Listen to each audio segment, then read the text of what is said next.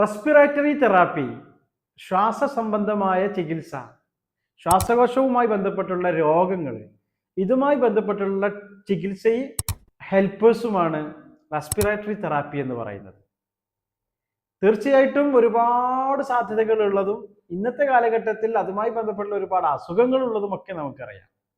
പാരാമെഡിക്കലിന്റെ ഒരു സൂപ്പർ സ്പെഷ്യലൈസേഷനുകൾ എടുക്കുമ്പോൾ റെസ്പിറേറ്ററി തെറാപ്പിക്ക് ഒരു വലിയ അവസരം തന്നെ ഇവിടെ നമുക്ക് കാണാൻ വേണ്ടിയിട്ട് പറ്റും.